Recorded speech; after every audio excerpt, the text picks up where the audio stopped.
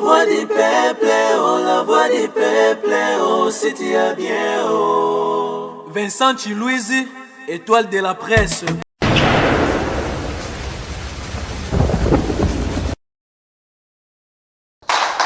La joie nous revient, chers amis téléspectateurs, de vous avoir nombreux devant vos postes téléviseurs à travers le monde pour suivre votre émission Vérité en face à Wanakati Yachen Abino, une émission qui réconcilie les gens, une émission qui délivre, une émission qui amène les gens à la repentance par rapport à Makamounio sur Barokutanana, on a vu un programme que nous avons mis sur Internet pour aider les gens oyo bazanga ba secret bazanga na makambo ba bomba oyo et tout isaka bomo na bango bazanga ka neni ya ko se libérer nango. Voilà un cadre pour vous pour que si la bongo se libérer. Là on est revenu encore pour la suite. Il y a un problème au total que kuta nango la fois passée. On se retrouve juste après cet élément pour démarrer notre show. Merci.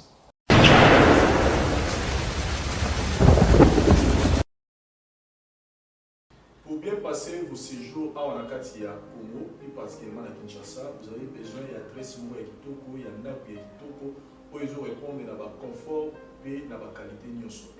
Nous sommes tous se souvenir de la Flat Hotel Tenazia, où ils sont situés sur l'avenue Kalendele, BB 156, dans la commune de Lingwala. Vous avez apprécié, pour apprécier le niveau de qualité et confort des awa. Mais au Sénégal, il y a un moment qui pour la prix. Voilà qu'on vient de penser à vous. Un grand promo pour la bande de tout aux autres Talibanda, spécial promo, une grande réduction, Flat Hotel Tenazia au Sala, 50% de réduction. En tout cas, pour la prix de Mitoumisa, vous pouvez bien numéro de Tchénassé. Appelez-nous et vous serez vraiment satisfait dans le confort des awa.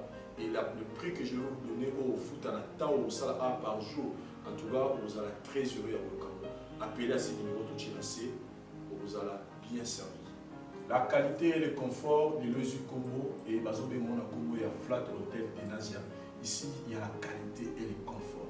C'est-à-dire vous avez la télé, vous avez un exemple et mon salon, il y a la cuisine, autre format, il y a chambre, salon, cuisine, salle de bain.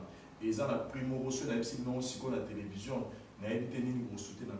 N'hésitez pas, appelez-nous, et puis n'hésitez pas, faites vite parce que plus haut au tien, en tout cas, il faut faire vite pour réserver parce que qui m'a déjà vous réserver. Donc, il y a toujours occasions, vous avez déjà un programme de voyage, appelez vite pour réserver parce qu'ici, il y a le courant en permanence, il y a l'eau. Et dans tout ce qu'il faut. Donc quand vous êtes ici à l'intérieur des Tenazia, c'est comme si vous êtes en Europe. Donc appelez vite dans ce numéro. Topé ça prix à promo, spécial promo, Flat Hotel Tenazia. Après avoir passé 8h, 16h, 12h de vol, vous avez besoin de bien vous reposer. Voilà. Mais tout y a qui toko, Flat Hotel Tenazia est rendu disponible pour la vidéo.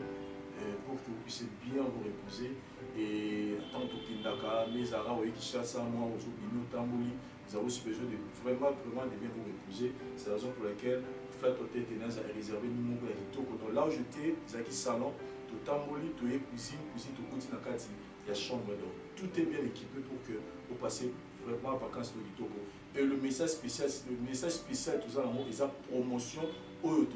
Promotion, une réduction à 50%.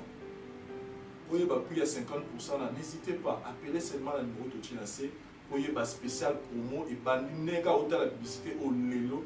Dis-toi que promotion peut bannir Lelo. Donc on a réduit le prix pour que yo, vous avez besoin de passer un moment bien à Kinshasa, dans lequel il y a bien pour y se retrouver. On a pris à mon quai, mais confort et bien. Une précision. Nous avons 3 formats à la Flat Hotel Tenazia. Nous avons un format où il y a chambre, cuisine, salle de bain. Dans la chambre, il y a salon, nous avons la cuisine, nous avons la salle de bain, pièce à côté. Et puis nous avons un format, il y a chambre, salon, cuisine, salle de bain. C'est-à-dire salon. Ils ont juste un fauteuil, format, et puis chambre, couleur, nous avons un panneau, nous avons la salle de bain, puis nous avons chambre et puis cuisine peut examiner. Et puis troisième format, il y a 3 chambres, salon, cuisine, salle de bain. Et ça, vous pouvez juste nous contacter parce que tout ça là va béni spécial pour nous.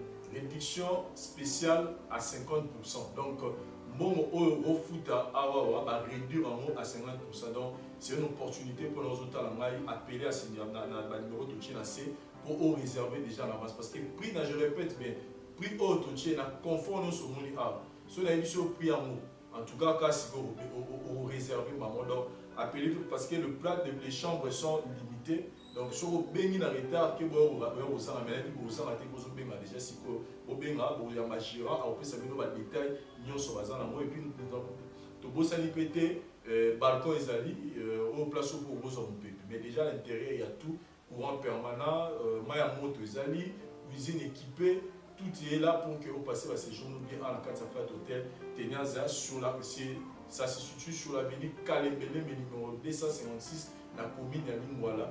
Non loin, il y a 109. Voilà, non loin à 109, non loin, PDK va côté RTNC. Donc, tout est sécurisé pour que vous passiez à séjour dans Malam. Conseil on peut s'habiller au bateau, vous allez banda, soit on a pour passer à séjour bien, nanda kwa kitoko, donc vous avez pour la photo, adresse Zakamoko, avenue Kalembele, 256, flat hôtel Tenaza. Ici, c'est le confort, la qualité et le service. Mon vous allez vraiment satisfait jusqu'à la fin. Merci. Voilà, donc, comme nous tous nous dit que mon voyage, c'est vrai que visite est un peu structurée, mais vous avez un restaurant à Bino. Donc là où je suis assis, restaurant à Bino, Bandeko, vous avez Libanda. Vous avez soit vous avez une manifestation, il y a 10 ou 15 personnes. Donc l'espace est là, venez exploiter ça. Il y a tout, cuisine congolaise, étrangère, il y a tous les goûts et zapekuna. Donc spécial promo, Flat Hotel Tenasia, Boya, Obenga Belé, vous vous avez servi. Merci.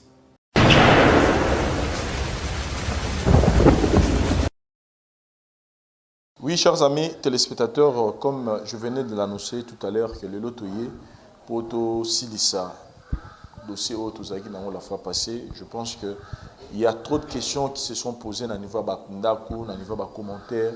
Il y a eu beaucoup de réactions, on ne comprenait pas ce qui s'est passé. J'avais promis à Bandeko Belé qu'on va faire l'effort pour que Toluka faire ramener la famille en question pour nous voir pourquoi les Kambou étali paternité. Il y a moi si Charoufa, il faut faire intervenir Maman Kouloutou à tel point que Maman Kouloutou elle s'est énervée, elle est devenue incontrôlable pour une situation oyo ce qui totali na boye et ont concerné Penzaïté. C'est qu'il y a un secret, il y a quelque chose, on ignore, et dans cette émission, Togolukato découvrir le lobby Nabino. Donc, restez scotchés, restez branchés, partagez cette émission. Comme je l'ai toujours dit, que c'est la seule manière pour beaucoup vraiment participer, contribuer à le programme Auto Labino. Et ça que tant que l'émission, vous a vraiment obligé pour aussi quand kimia il faut jouer une émission ou partager attendre tout mon corps tout ça on a mis on Facebook tout ça on partager même na YouTube na yo et aussi la biso bien makasi pour que les solo to sango et comme la pe basusu qui sait peut-être quand on partager ou repartager ou délivrer via mon quelque part. Chers amis téléspectateurs, il a fallu des efforts dans Nabiso pour que tout faire revenir Maman Kouloutou na kati ya plateau Nabiso lelo. Koyoka petite sœur naye ndenge makambo ezali. C'est comme on a toujours l'habitude de le dire dans cette émission, c'est que les kambaté bomba minenge nini fin de fin et banaka kaka. En fait, mensonge ezala nango illusion, mensonge ezala éphémère.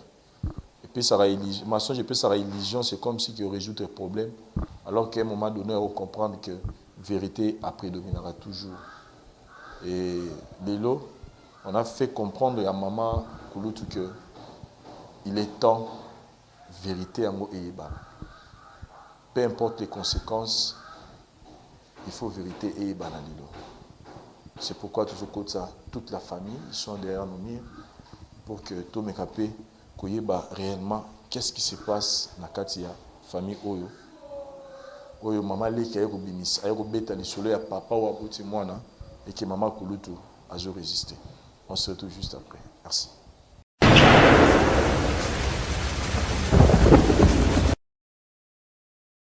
Ngai maman Pichu Tonele, naza pharmacienne en formation, nazo œuvre dans le laboratoire CRMTA, où ils allaient centre de recherche et de production de médicaments traditionnels améliorés.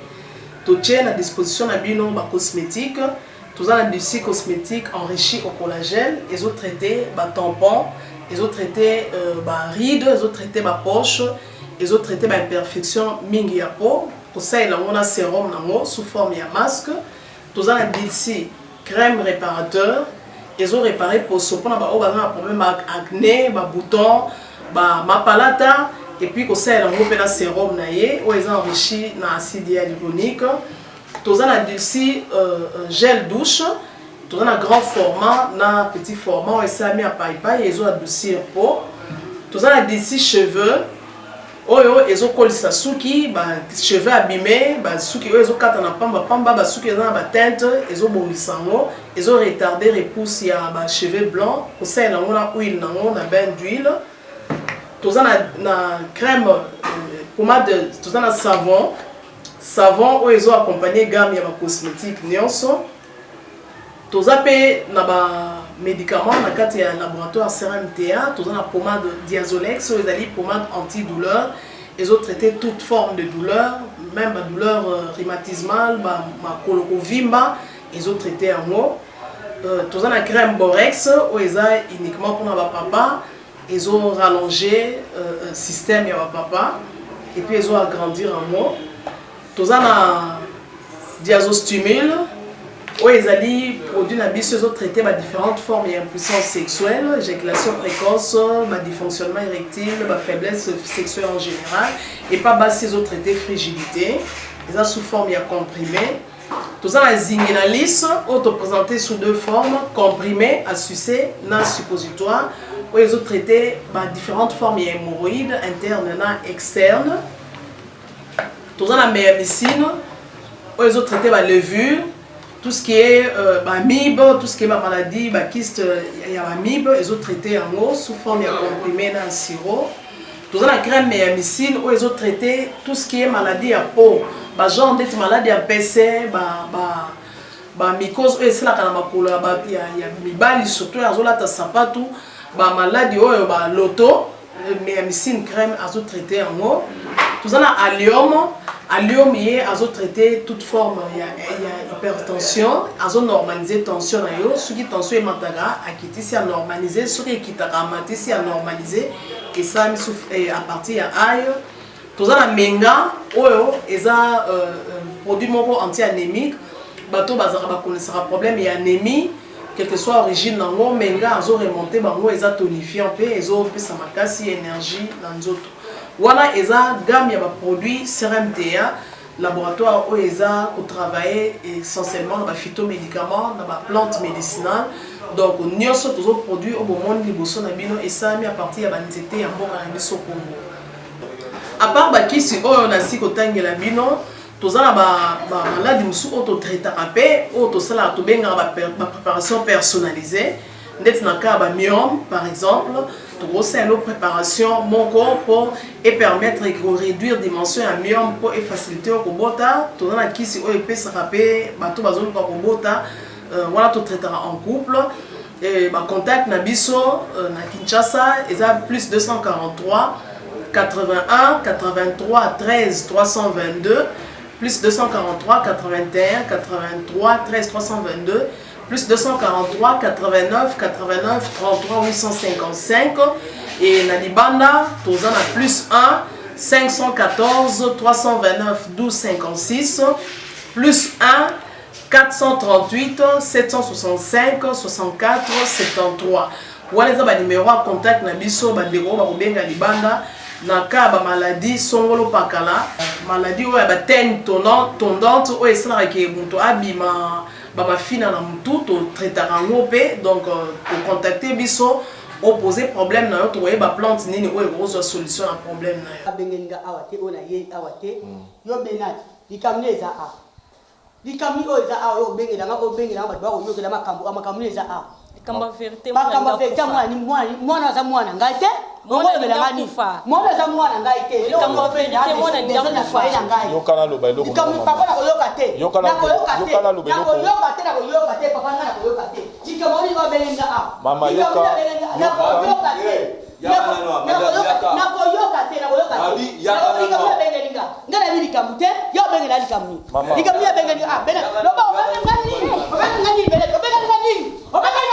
la vérité, moi dans kufa.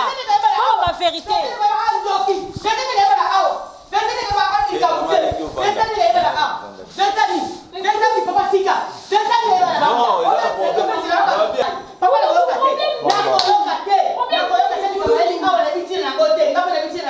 kasi oyebi ntina nango te kasi toyoka likambu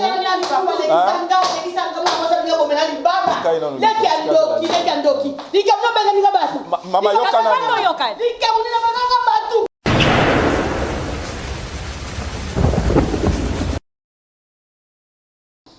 Voilà, chers amis téléspectateurs, nous sommes là pour essayer de traiter problème oyo to kutana gena la fois passée. Je pense que notre réalisateur Paoze Sayo a si bon ko rafraîchir biso mémoire pour te revivre encore scène wana ningi le kaki où on avait vraiment un plateau oyo moi tout les ala qui belé, mais je pense que boza lelo surpris yako mon lisusu maman na biso oyo jour wana zaki vraiment pas na maîtriser, mais on a pu le faire en dehors de la caméra et je pense que lelo yé nandegona moi si oyo zaki prêt à regarder bisela biso bisolo ya auteur à avouer biso vérité concernant Sharoufa baza lelo liloba moko parce que tout fait comprendre et je pense que tout va aller de mieux dans bisona biso lelo.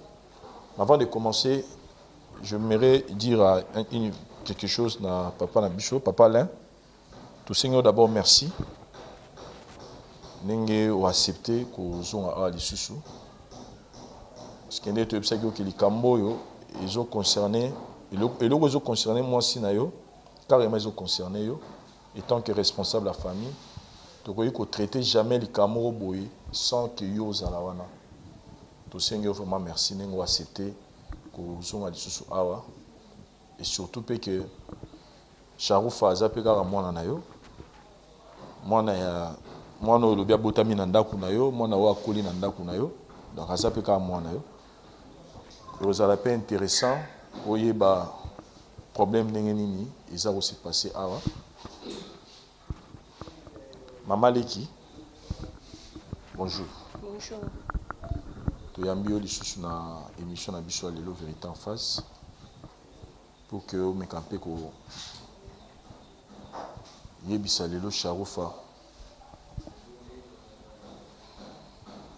qu'est-ce qui se passe na kati ya libota na bino papa ya Sharoufa aza wapi et pourquoi osengaki présence ya grande sœur na yo ezala na plateau na biso pour nous voler Sharoufa papa abouti. Merci vraiment. Eza histoire moi c'est l'équipe attend ibélé. Grande sœur azana boma. Azana mbali na ye. Mbali na aza muta misala ba voyageaka donc ba déplacera moi mingi. Et yo sala makeba yo kende boma.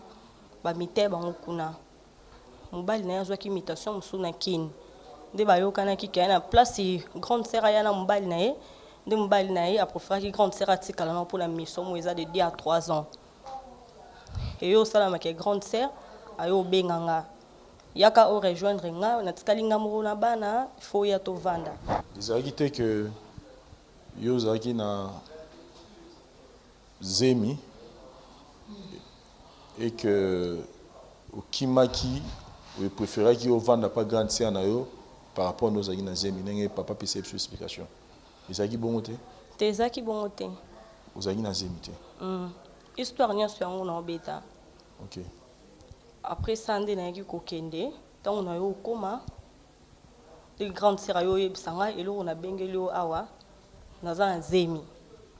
Nazana zemi. Oui. Nazana zemi o nazana ngo. Eza eseme kité. Eza mobile nanga kala wa kinda poto. Tokutana kinaye awa. Le grand frère eseme ki na bino azala kawate. Ndeto yaki kozonga na mwa bolingo ndi na komai na zemi. Moye siko ona bimisa ngo eza kiteta peka age na komi nango so na longo liongo na zo banga. Yo yaka osala mwa protection ndeti zemi na yo. Olobini. Olobini. Nazo ba bien interviewer ça olobini. C'est qui pardon nazo loba.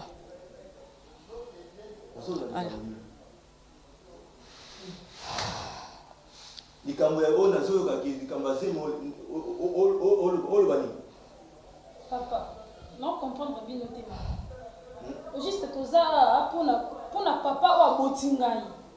O banda ko expliquer maramba lutu. Ena sens, ena rapport nini na papa wa botinga. Mama le. Shaufa.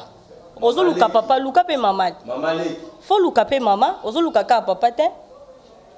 Non luka mama ndeni nini na yebike na mama na ngai yo mto bota ngai. Na ko la mama na sens ni mama. Mama lingo tanga wapi? Mama le. Oh. Après ça, on a un coma, on a benga mobile nanga. Na c'est que ta problème na za ngo grande sœur et bisinga ke azana zemi funga na koma kuna pona couvrir zemi wana poser mi wana za eseme kité. Shaufa maman les a soni. Oui. Mais non comprendre que soni. Papa s'il vous plaît to. Nazo comprendre yo te. Do yo ko sa ngala nda unanga. Yo ko sa ngala. Et puis maman les deux a complice. Nana to futa ba ngol pona yo. Pardon. Yo o ta nanga. Et ça pour ça que c'est mec qui pardon. Pardon, c'est mec qui pardon. Maman. Papa l'équipe. Papa. Maman, vraiment le voyez ça va pour maman. Papa Alain, c'est calmé. Papa Alain, c'est calmé. Papa Alain, c'est calmé dans Papa Alain. Papa Alain, c'est calmé dans.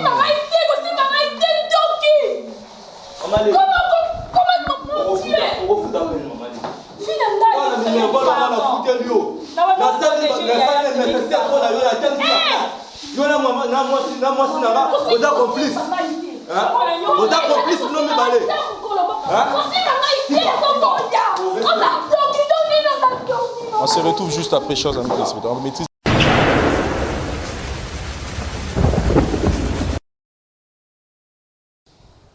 Voilà, chers amis téléspectateurs, je pense que ça nous a pris du temps. Bino Bozotalango, déjà vidéo, je pense, montée par Parou. Mais ça nous a pris du temps pour que tout soit souboué. Je pense que mon absence, il y a papa Alain à plateau na biso. Parce que à coquille, qu'on digérer le problème au thé. Et biso peut tout maîtriser. Et la seule façon tout le monde est aussi, c'est quand vous avez à me rappeler digérer le problème. Biso na nenga na biso, tout me rappeler lukaye. Mais le plus important pour nous, c'est aussi ce problème. Je pense que ils comme le roi scénario Moroboye, que moi personnellement, je me dis peut-être gros inspiré rapidement ma camusou na vie. Laissez un micro s'il vous plaît. Je m'aimerais maintenant m'adresser dans le problème hier mon co pour que tout mes gars pour rejoindre.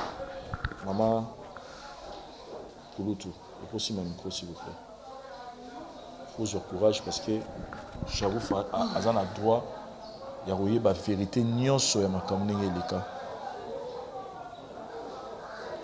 Mobali yaki Kinshasa mpona musala yo na simotrike kozwa zemi ya mobali mosusu bokutana ne na boma kuna. Donc nyonso oyo leki no alobi awa eza vrai. Oza mama ya Sharufa ya solo. Papa, nakomi na suka. Nakomi na suka na ndimete likambo ekoma boye. Na osala nini? Nayokaki yo te natomboka ye makasi bolimbisanga nano. Bolimbisa ngai. Likambo eza bongo. Nakokanga motema te. Naza mwasi papa. Naza mwasi papa. Naza mwasi. Papa la bala ke na mita sokti ka anga te to kenda na mikolo nyoso papa. Atika anga ite tango ake atikinga yake kishasa anga na tika na matadi. Na boma papa pardon. Tana kewa na wewe kuta na mobile bo mwana kala uti poto. Na kana kyango te. Ikambo na zoe bate demo sa uta kinga wapi. Na saila ango pete papa na saila ango te. Nile ukuta la mobile oyo na kuta ka une fois. Nanjela kila pe na ebite okazonga ne poto. Na wose tuvela tika na zai papa na osala nini.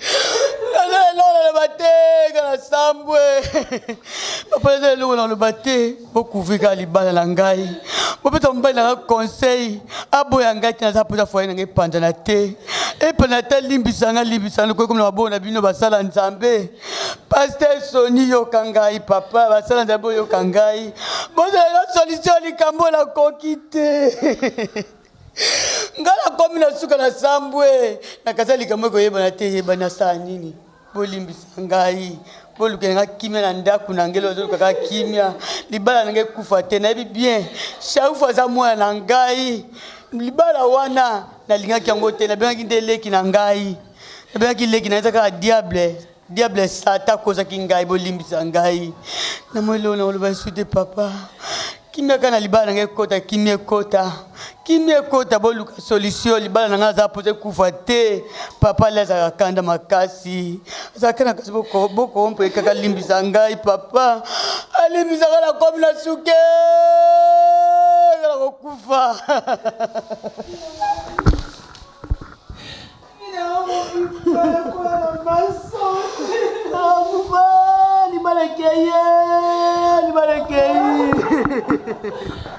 Mama kuluka. Papa. Zoma biso to ye awawa. To ye psa ke to sunga yo. To ye psa ke to sunga yo. Ibani bakomi pasie, ibani bakomi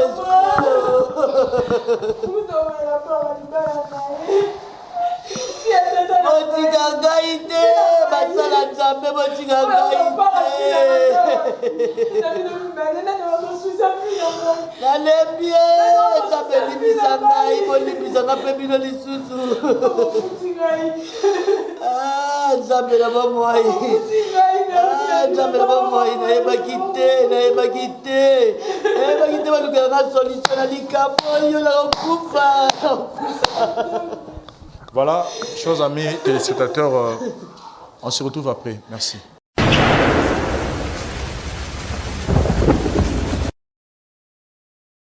Bandeko ya liboso koloba merci pour mokolo lelo, merci pour na makambo oyo. Franchement, tolobaka chaque fois que ceux qui tozo juger topé tozo kata ba makambo tozo pesa toli tomi pesa kape biso moko toli parce que j'ai l'habitude ya koloba oyo pédagogie zolobake qui enseigne s'enseigne deux fois. Tant aux pesa toli aux mi pesa deux fois. Et l'on koloba te que ceux qui likambe komele moninga comme sango objet ya mokeri topé comme sango objet ya koluka ko salir mutu. Vous savez makambo komela kaka batu solution pe uta kaka na nzela ya batu. Na koki ko banda phrase danga koloba ke Bible zoloba na mukanda ya Isaïe que ténèbres ko régner jamais libela. Ténèbres ko umela te ko régner na vie ya batu. En fait, nyonso to salaka ya mabe ezalaka ténèbre to kotisaka kati na biso. Ténèbre to kotisaka eza na moment moko oyo esilaka. Esilaka comment? Ce qui nzamba permettre ici là pour kosunga vie ya bato mususu pe ko bimisa mutu na lodebar ya mabe. Lokuta eza nesike bandaka, eza pe nesika oyo esukaka. Lokuta na bato mususu neti mama aza na chance lokuta na ye esuki aza en vie. Eza na bato mususu lokuta esukaka koti malita akufi. Eza na bato mususu lokuta esukaka akoti na prison. Eza na bato mususu lokuta esukaka a perdre o ezali ya motu ya na bomoi na ye. Donc na vie na biso bato soki ba makambo bozo salema c'est pour t'enseigner, c'est pour m'enseigner. Et nous kolobake vie na biso to salaka effort ya kotambola na moi minimum ya vérité kati na biso. Pourquoi? Parce que Bible zolobake on se manque pas de Dieu. Nyon se futa makanase ya moi. Nyon soto salaka mes frères et sœurs baboti bandeko. Nyon soto salaka futa makana moi. Soki oyibi yo pe bako yiba yo. Ezaya zolobango. Soki o détruire tango sisi ko détruire nde ba détruire ya yo. Soki o botoli tango silisi nde bako botola oya yo. Soki o bomi tango sisi nde bako boma oya yo. Bandeko vie ya maman aboko liango na lokuta e lokuta wana lelo yango yo eboti mbuma toye ko luka mabe ya mama te toye ko exposer mabe ya mama te mais toye ko sunga mama parce que lelo oyo soki ne bandela mona ki mama leki mabe menga na ko pambola nzambe na ide oyo mama azwaki parce que soki bien que yepe a contribuer ki na mabe ko tonga lokuta moko boye po lelo ebota oyo eboti maloba nangeni koloba teke soko se retrouver na kabwe au sala divorce te bana baluka kabiso te biso ne batuto luka bana alors na moment oyo zui mwana yeba koma kolengela mwana ngozuye na voix nini po oboko la yelo lenge nini to sala ka tension surtout oyo babengi na lit conjugal soki boyebiti mutu abali mwasi to pe mobali soki mobali azo tricher libanda na ndako libala eloko aliboso ememaka pasi na ndako libala ememaka mupepa malade ememaka soit même mupepe ya kufa ememaka voir même ti libale kufa soki mwasi azo tricher na lit conjugal ememaka bokauki omona musala papa kufi okomona ba réalité belé na vie ya libala et okomona ke ba lien wana au risque comme héréditaire ti na 4e génération makambo yo biso to salaka et salaka ke et pourrir futur mususu et salaka ke bebisa génération moko songolo donc to salaka attention tango ba makambo bizo salema to ba ndenge nini ya kozala na ba réticence to ba lolenge ni ya kozala na ba maîtrise parce que le kambu oyo kobima ya papa Alain po bino bo monité maloba nini alobi kanda nini wabimi nango ba décision nini o azui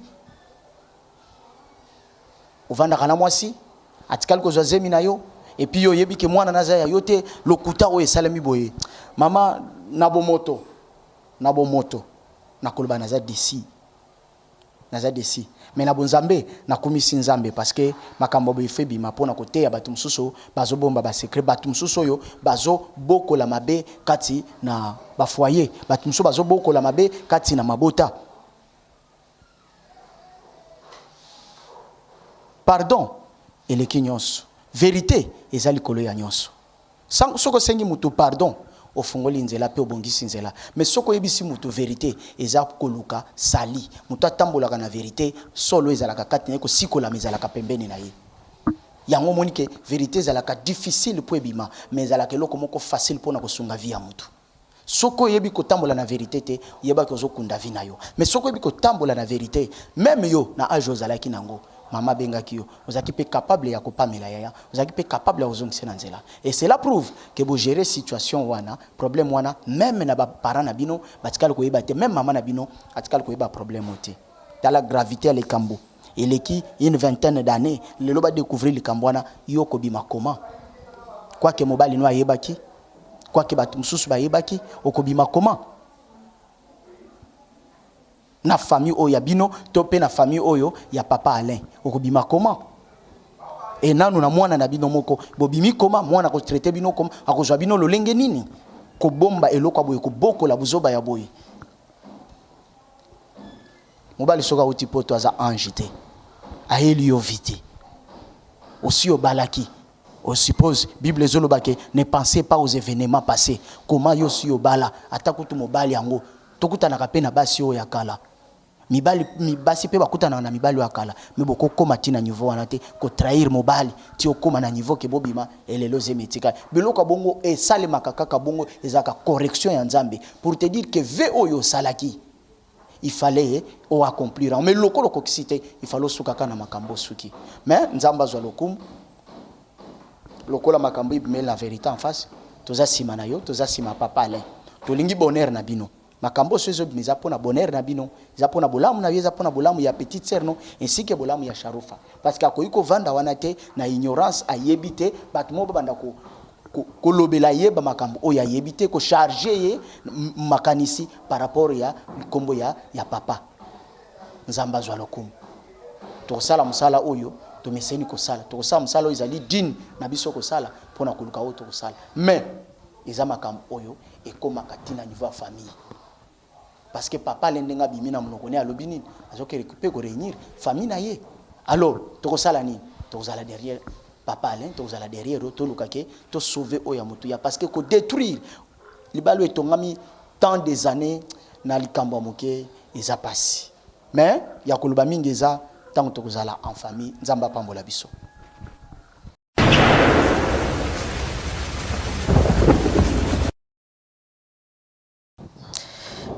Merci beaucoup.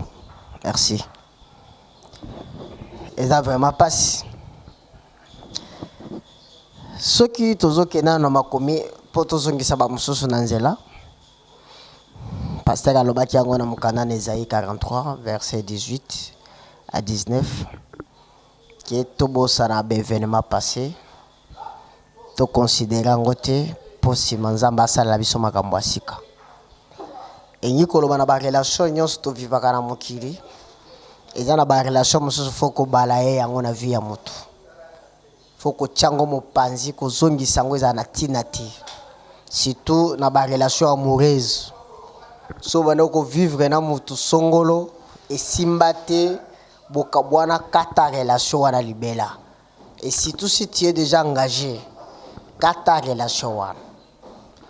Bible Pezoloba, une femme sage bâtit sa maison. La sagesse que la Bible parle, dans la sagesse il y a la fidélité. Dans la sagesse il y a la soumission. Dans la sagesse il y a la considération. Dans la sagesse il y a la maîtrise de soi. Sagesse ils ont englobé la qualité sur moi. Si tant que vous réunir en sagesse que ta maison sera bâtie et ta maison sera sécurisée. Mais s'il n'y a pas cette sagesse là, il y a kenda kono tôt ou tard, et la vérité, ezelo komoko ezalaka pasi ko mema yango. Mais ezelo komoko ya memaka sécurité pe ba résolution na kati na vie ya mutu.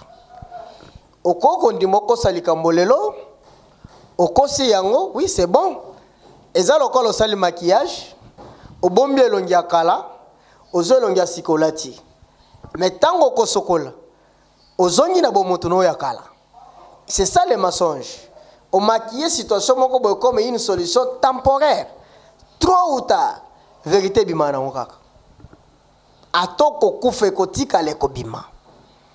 C'est vrai na vie ya mutu lokuta kozango lokola solution te lobake nazomi boma malembe. Parce que c'est mieux vaut libale kufa na départ que ezela obota bana si me kufi. Mais ezala mutu moko koyo ki sa passe na minute notre sœur azo souffrir. Oya bana considérer maman aza maman te. Oya bana considérer papa aza papa te. Maintenant elle se trouve nulle part. Et oyo pe maman ngo na minute aza na souci ya mwana te. Ana souci ya libala na ye. C'est-à-dire mwana pona ye les accessoires. C'est le mariage qu'elle considère maintenant libala nanga. Libala ngowapi o azo seme na masonge. Même yo mutozo lamda biso ya yo libala ovandisa ngona lukuta. Tout ça marche dans les mensonges. Côté papa, ton côté maman. Oyebi libala na façon moko omemeli yango. Mais lelo, c'est un habitude du courage à comme ça. Pourquoi? Parce qu'il y a eu problème. Héritage mobile a tiki bana balbe rien. O para na biso yo kendo luka para tata na yo. Soki wana pété alinga bimisa yango te. Bien aimé dans le Seigneur. Ata mutolia kana ye, omela kana ye. La place de dire la vérité, loba vérité. So place à kozongisa nanzala, zongise nanzala, so ya kopamela pamela. Ta la vérité oyo banda mutu azana libumba bandi mensonge na bango, moi na kola comme grande fille, lelo ndazo yebake, oyo mama nanga, papa nanga pe ayebani te. Mais peut-être na biso nde tolo babo ozolanda biso, situation yebi yango. Tu es malheureux monsieur. Peut-être otika pe moi si pe na poto. Botika kabango kuna boye na Congo bosaka na bao baza kotoyo ba musupe batika ba musuna mikumba bakenda ba sondola mikumba ngo oye bate mon frère David tango kutike mwasi wana sabala nini yo koluka na vie ya mwana mwasi wana obebi silae ata bolingo ngo babengi yango ya kala ya bomwana nde lobiki eloko ya bomwana esila kate poli to sukola bilamba mutakala te pas na bomwana to ndo sukola bilamba to ndo sukola mutakala c'est parce que tu as compris kokoli. Mais quand tu as déjà grandi, pour la nini kozongela babulingo bengi ya bumwana ezana tina te ya salité. Ou eza sa manière. Lelo, notre sœur est en train de souffrir à cause ya buzoba ya batomi balé. Basala pour moi na souffrir lelo, a comme un niveau comme la poisson, a comme un niveau na ba tension comme atana ba gastrite et pas pour na buzoba na yo mutumoko. Non, tous on a quand même battu. Oui. Ata tokobota la libala ngo tolo kezong tozong sa libala ya busoto libala salité libala zanga mutuna makolo ya MSC qui souffre pour aller samosi na ndaku moi so wana zo bi manambali mususu azwa pezemi azwa leki pour couvrir ta l'abomination oyo ta ba mususu et puis obeto batela libala maman ozangi sonia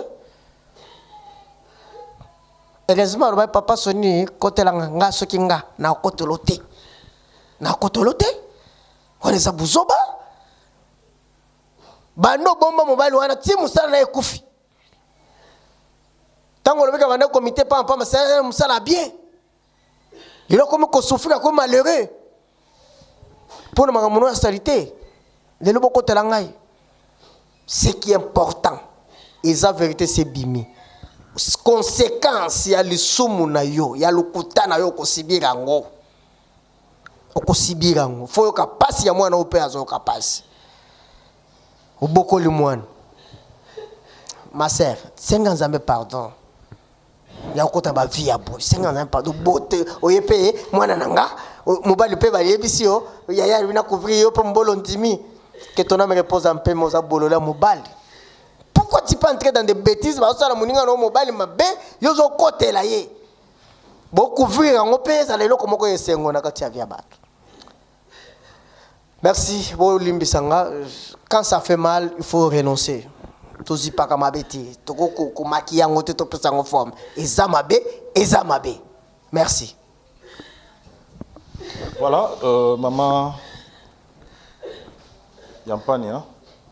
Parce que je pense que cette situation, quand on vient de le dire au pasteur, bienvenue, vous allez le comprendre peut-être ceux qui améliorent un peu qu'ils allaient un peu moins du colo, c'est parce que on a appris des choses en dehors de la caméra et pas à papa pour abîmer à Kende. Et ça que il a fallu papa bimisa sur la vérité mususu awa ke musala mo même mo en dehors de ba musala bazo ba musala wana c'est que a perdant musala ngo s'il vous plaît il y a où prendre ça part s'il vous plaît.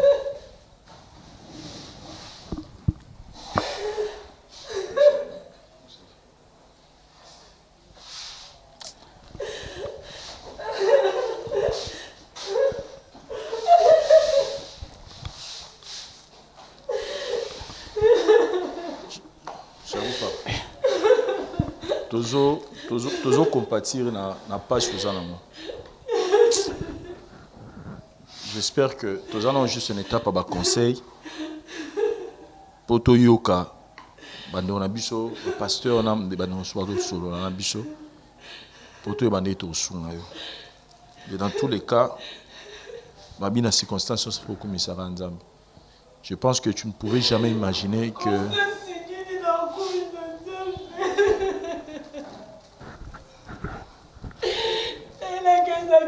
papa. Nayokutana makambo mosusu Nzambe ateyika nini.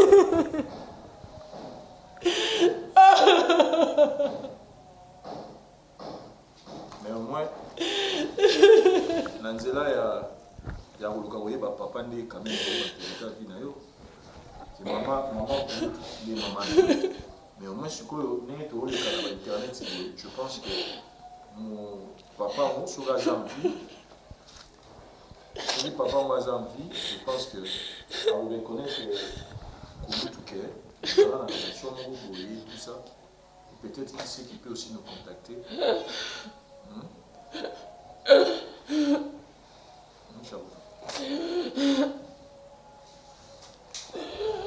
Qui sait que à côté de contacter Bissot, peut-être payer peu place à Zali à Yebagité pour maman n'enga le week qui est là qui attire les peu au Yebate qui attire qui on a attire maman non a peut-être pas un irresponsabilité.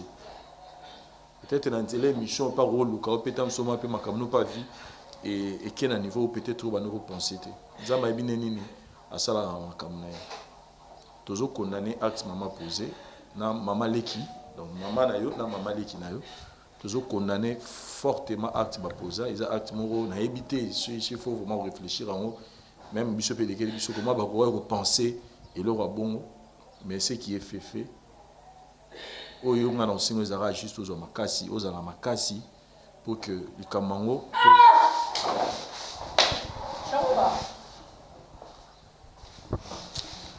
kata kamera.